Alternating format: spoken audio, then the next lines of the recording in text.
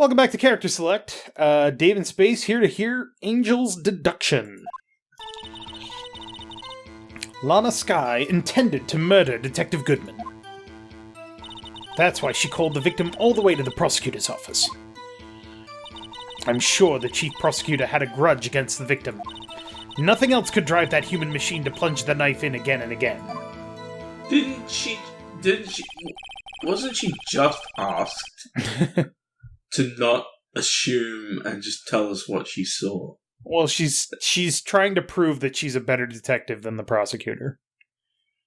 Right. Well, she's already made a mistake, but yeah. The victim was summoned from the police department to the prosecutor's office. It does sound a lot like premeditation, doesn't it? So, if I ordered a pizza, does that mean I'm planning to kill the delivery boy? Oh, girl. Shut up, child. In any case, the defense may now cross-examine the witness. Gladly. Wobber. I'm assuming you know what the logic hole is here? Yeah, it's a single stab. Well, it's a single wound, anyway. Oop, my bad. You say she stabbed him again and again, but you couldn't have witnessed that. Are you testing me? Then I'll test you. With my moss surprise.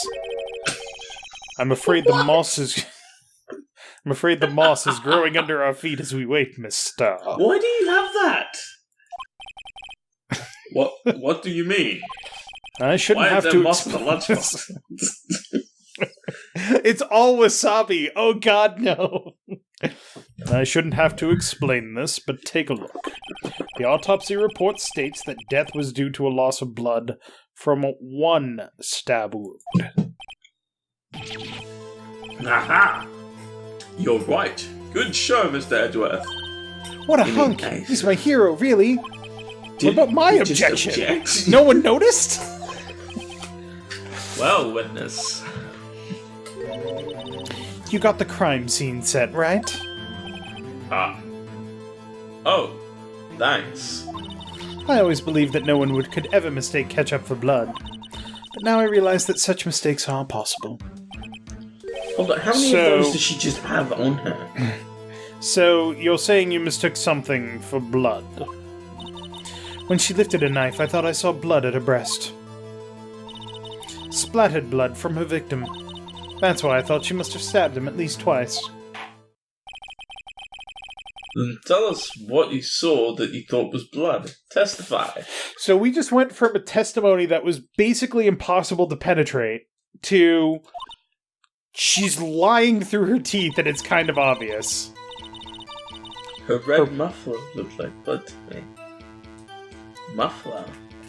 The jacket? A muffler is a type of scarf. She has a big collar and a smaller one. I don't see a muffler. Well, that's a problem, isn't it? Miss Starr, I demand an explanation. The witness is clearly not suited for detective work. What? The suspect was not wearing a scarf or muffler of any kind when she stabbed the victim. And you've proved it yourself with this photograph. Huh? But that can't be! Only a professional lunch lady could be so utterly clueless. Ouch. Congratulations. Perhaps you finally found your true calling in life. Harsh words, but good. In the end, Mr. Edgeworth prevails. What was my objection? Chopped liver? But it was there. A scarf. No, not that, but something red, really. Well, now, where were we? The witness has given us an entertaining interlude, but back to business. What? Very well, witness. Continue your testimony. You saw the crime and apprehended the suspect. Tell us about that. Very well. I do remember some things accurately, at least. Ultimately, we couldn't shake the most important part of her testimony. Most important part? The part where your sister stabs the victim. This next testimony might just be the moment of truth. apprehending the suspect.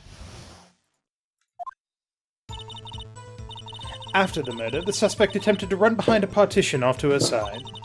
I quickly caught her and explained her rights to her and arrested her on the spot. Ah yes, when I arrested her, she mentioned the muffler. That's what had me confused in my earlier testimony. The chief prosecutor made to escape, but against Angel's Star, resistance is futile. She mentioned... You are quite determined about the scarf, aren't you? I strike like a snake and bite like a cobra. That's me, Angel Star. That wasn't a very good metaphor. First of all, a cobra is a kind of snake. Don't bother me with details unless you want to get bitten. No thanks. Note to self, Mr. Wright is weak against poisonous snake bites.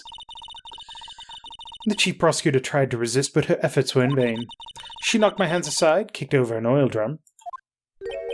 An oil drum? Hard to imagine. Oh, she's beautiful but deadly. A predator, this one. A leopard woman. Rawr.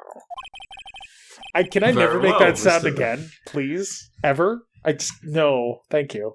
Your cross-examination, if you will. Rawr. Like, you know when you read a line and then at the end of it you're like, oh no.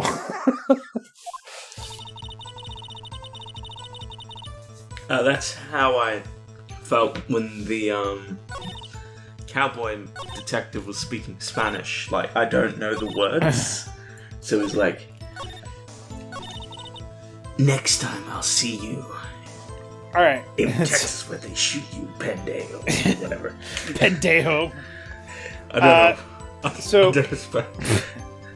So what is the problem with her testimony now? I quickly caught her, explained her rights to her. So, well, you've obviously highlighted this one for a reason, because you figured that out. No, that's just where I stopped. Oh. After the murder, the attempted...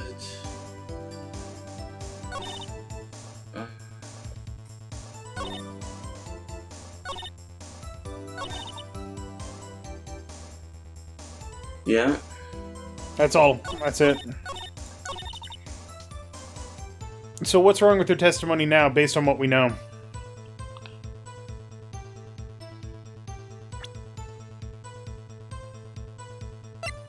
I don't know. What partition is she talking about?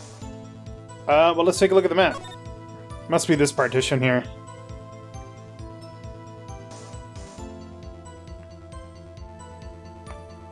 I don't see any storage drums on that, but that doesn't matter. It doesn't matter, but where was Angel's Star? On the other side of the fence. Literal partition. So let's press her to see if we can get anything out. So where's this partition on the floor plans? I'm sure she means this wall next to the car. That's right. Oh, oil drum. There was a wall there, about 6 feet high. She was obviously trying to hide herself. Quite a natural thing for a criminal to do. And what did you do then?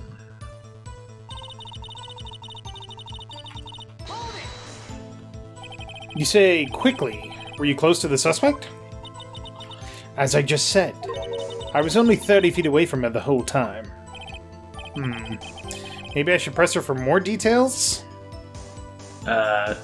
Yeah, we kinda need to. I'd like to see this on the floor plans just to be sure. The Lunchland car was... She was a visitor, thus she was parked in B block. So you witnessed the murder from here? That's you. Oh, that would make it about 30 feet from the car, yes. Is that correct, Miss Starr? Yes, that's right. That's you again. But there was a chain... I'm trying to figure it out. There was a chain link fence in front of you. But... I went over it, of course. Amazing! The cough-off queen and lunch lady athlete indeed. It would have taken her a little time to climb over the fence, so she couldn't have gotten to my sister that fast. I mean, if it's a roped chain, it's literally just one... No, it's not. Yeah, that fence was about 9 feet high, too. So how did Miss Sky not get away?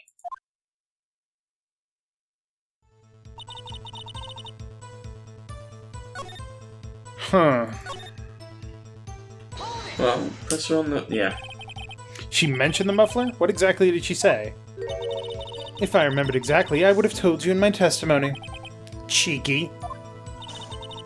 Anyway, all I heard her say was the word muffler. Just that one word. So, what you heard wasn't the suspect talking to you, but to someone else? Yes, the chief prosecutor was talking on her phone. Her phone? She can't mean... Because remember who she was talking to on the phone? Yeah, ask further. By phone, do you mean this cell phone discovered at the crime scene? Yes, ultimately. Ultimately. My memory... It's like a salmon headed upstream, you see. No, the court doesn't see this star. The chief prosecutor first attempted to use the phone hanging on the wall. On the wall? That's right. Near the car, there was an emergency phone on the wall. Apparently, it was out of order. And so she used her mobile phone. Indeed, the emergency phone was out of order that day.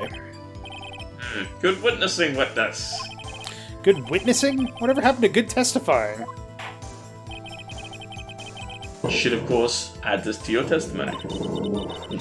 Sweet Jack. The things I do to please this rookie defense attorney. Alright. Sort of how she tracked it. Used the phone on her. Hey, I thought she called her instantly. Also, what's the problem here? It's on the other side of the bloody wall. Exactly.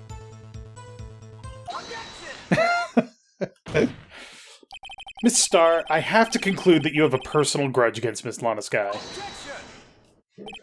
The witness is a former detective. Her testimony is unmarred by personal bias. Well, who would have thought you would be my knight in shining armor, prosecutor? You who, together with the chief prosecutor, kicked me out 2 years ago. Well, Miss Starr, this is a fatal contradiction with your testimony. How do you explain this? I don't know what you're talking about. Mess with me, and I'll make you cough it all up. Let's look at the floor plans. You said you witnessed the crime from this point.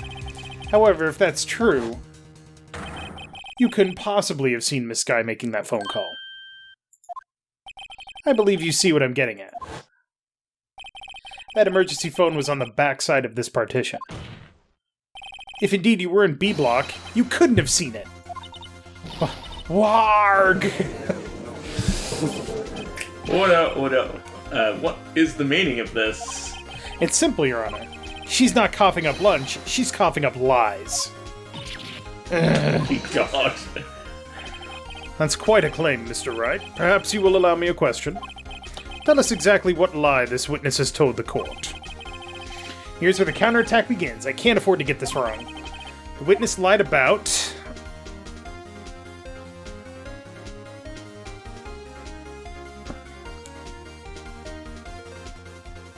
I want to say where she saw it, but I feel like the order of events could also be the right answer.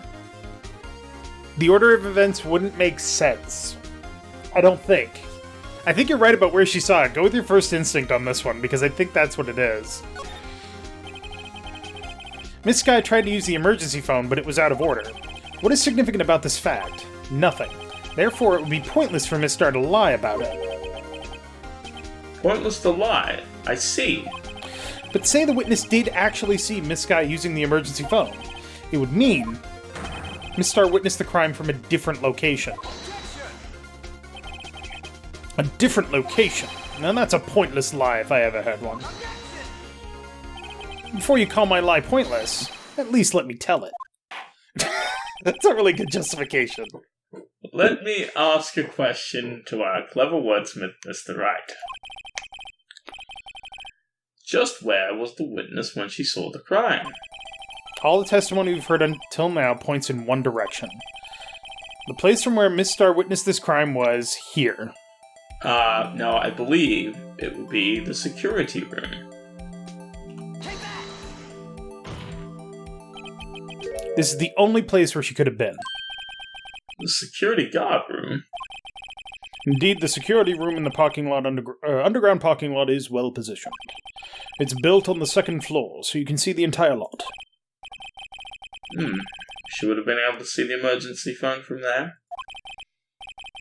Why there? There were many other places where she could have seen the phone. Not in this case, Your Honor. The witness, not being part of the prosecutor's office, couldn't park in A block. The only place she could have seen the crime and the back of the partition is here. I remember in your testimony you said you brought a lunch to your boyfriend in the security guard room, yes? Well, Miss Starr? How many years have I been getting the better of men? To think that the tables could be turned.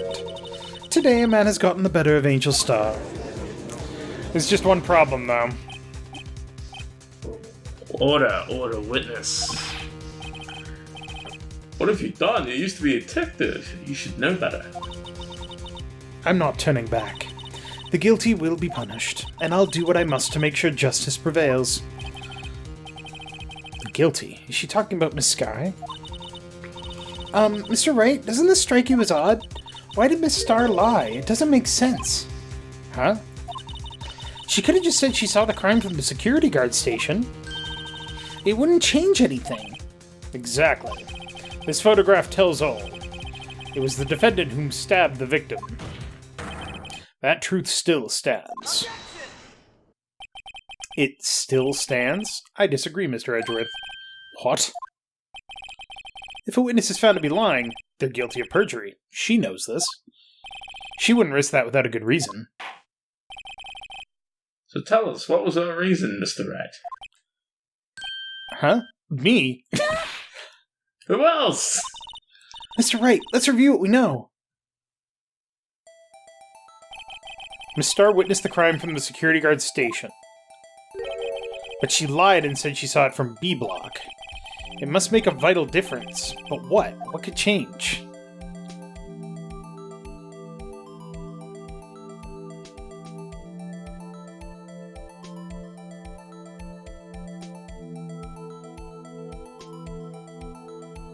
I actually don't know. I know it's not difference in lighting because who gives a shit about the lighting? But it would be the distance or the angle. She said it would have been 30 feet away because she caught her so quickly, read her rights, and she's the one who arrested her. So you think it's distance to the crime? If we're wrong, we'll get another chance, so don't worry about that too much. No, I'm just trying to justify. She said she got there. Like, is it established that she was actually the one who... Arrested her? Yes. Okay. So, why would she lie about having to, like, climb over a chain link fence? That's what the question is. Well, that's what a question is. Maybe she did it because she wanted to make it seem like she grabbed her right away, as opposed to... letting her make a phone call. Yeah. So, yeah, that's how I... Because the angle as well, I don't know if you know that. Can you see the court record at this time? You can. But there's also a very big problem here. How did she take this picture? Yeah, also, doesn't that partition block the view from the security room? Yeah, well, no, if it's only 6 feet high and you're above it, then you'd be able to see down. Okay, so then I'm pretty sure we've got it at this distance. It changes the distance between her and the scene of the crime. My condolences, Mr. Wright, but one look at the floor plans and it's quite clear. The distance between the scene of the crime and the guard station is 30 feet. I don't see how that would change what she could see. What she saw is not in question here. What matters is the time it would take her to reach the scene of the crime.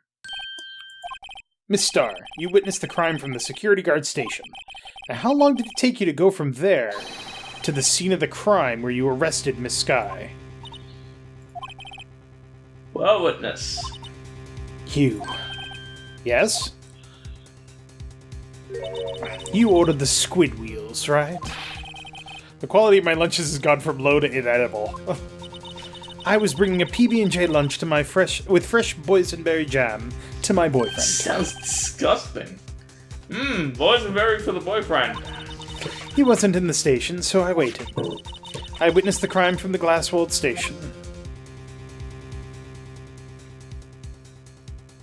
And before I knew what I was doing, I found myself running towards the scene. But the door was locked. I couldn't open it.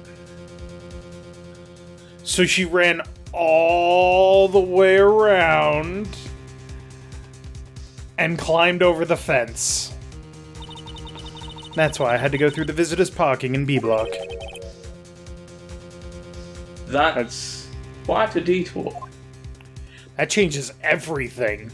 That's at least a 60-foot. It probably took me at least 5 minutes to get to the scene of the crime. 5 minutes? This changes things considerably. But it was that woman over there in the defendant's chair who stabbed him. I know it. I have photographic evidence. I swear it. I swear it on my finest plastic spork. You have a point, and the spork is a wonderful invention. Indeed it is. Would you like another caviar lunch? Absolutely. Uh-oh. Mr. Wright, you have to do something! Do I have any evidence to stop this? There's never a point where you don't want to raise an objection. I'm just going to throw that out right now. Yeah, I know. I'm just trying to 5 minutes between witnessing murder and the arrest. Think about it. You could make pasta in that amount of time. If you like it al dente. I've got lunch boxes that tie pasta in knots, rookie. A 5-minute blank. Isn't that strange? Strange. If you were a criminal, what would you do with 5 minutes, Your Honor? Well, I guess I'd flee the scene. Hey! Don't get the wrong idea. I didn't kill anyone. But you have the instincts of a killer. You would run. But this time was different. Miss Sky dawdled at the scene of the crime. She even had her picture taken. No true criminal would act this way. It's inconceivable.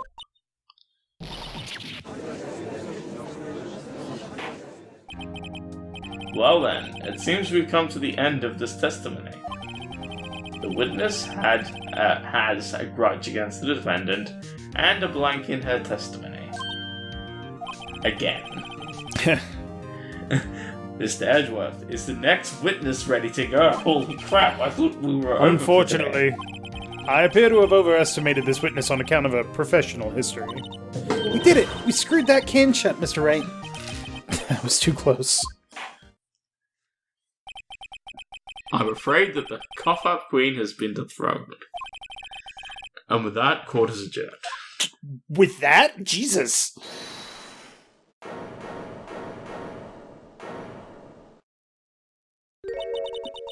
Mr. Edgeworth, you ordered the squid wheels, right?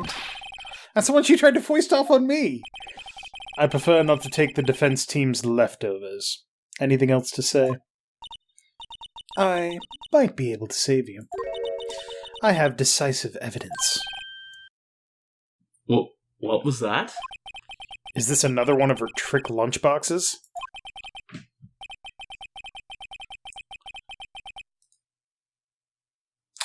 My apologies, but we have no further questions to ask of you, Miss Starr. Is this your jumbo lunchbox?